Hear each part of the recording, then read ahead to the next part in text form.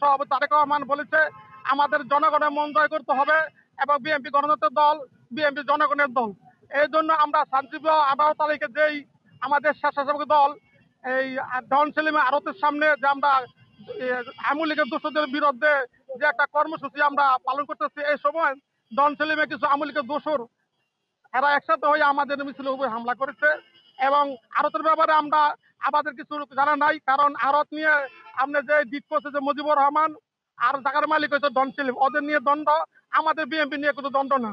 কিন্তু একটি কারণ হলো এই রূপগঞ্জ বিএনপি কে বিতর্ক করার জন্য, রূপগঞ্জ বিএনপি কে ধ্বংস করার জন্য এবং আমাদের দেশে আমাদের মাটি মানুষের নেতা মোশাররফ এবং দুবু ভূঁইয়ার ইমেজ নষ্ট করার জন্য একটি ষড়যন্ত্র এবং চক্রান্ত শুরু করছে।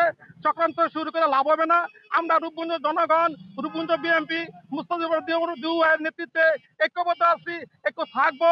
যে কোনো চক্রান্তের বিরুদ্ধে আমরা রূপগঞ্জ জনগণ হয়ে প্রতিরোধ গঠন করবো।